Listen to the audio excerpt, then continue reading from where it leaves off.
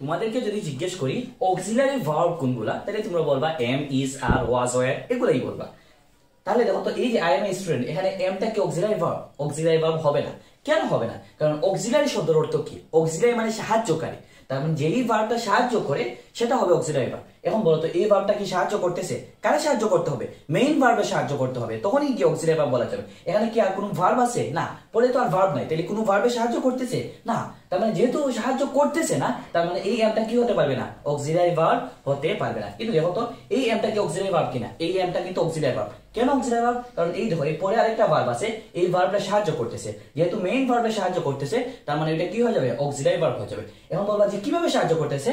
দেখো এখানে যদি এম না আসতো তাহলে কিন্তু এখানে আইএনজি যুক্ত করতে পারত না, কন্টিনিউয়াস করতে পারত না। তার মানে এই কি করতেছে? এই অক্সিলারি ভার্বটা কন্টিনিউয়াস করতে সাহায্য করতেছে। যেহেতু সাহায্য করতেছে, তার মানে এটা কি হয়ে যাবে? অক্সিলারি ভার্ব হয়ে যাবে। আর এটা যেহেতু সাহায্য করে নাই, সেহেতু অক্সিলারি ভার্ব হতে পারবে না।